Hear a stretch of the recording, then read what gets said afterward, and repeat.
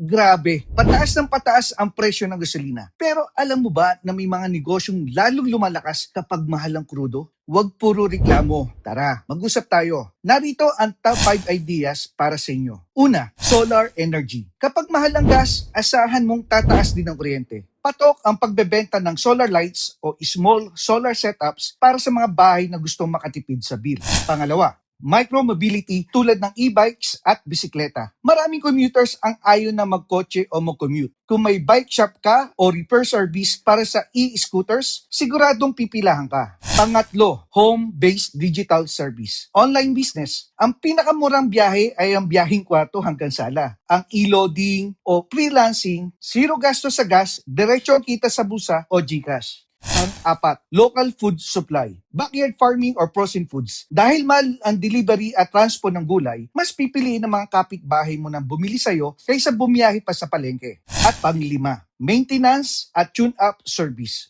Kapag mahal ang krudo, gusto masiguro na may-ari ng sasakyan na efficient ang makina nila at hindi malakas lumaklak ng gas. Sa bawat pagtaas ng presyo, lagi may oportunidad. Alin dito ang balak mo simulan? I-comment mo na yan at i-share ang video na ito para makatulong sa iba. Kita-kits sa susunod na vlog.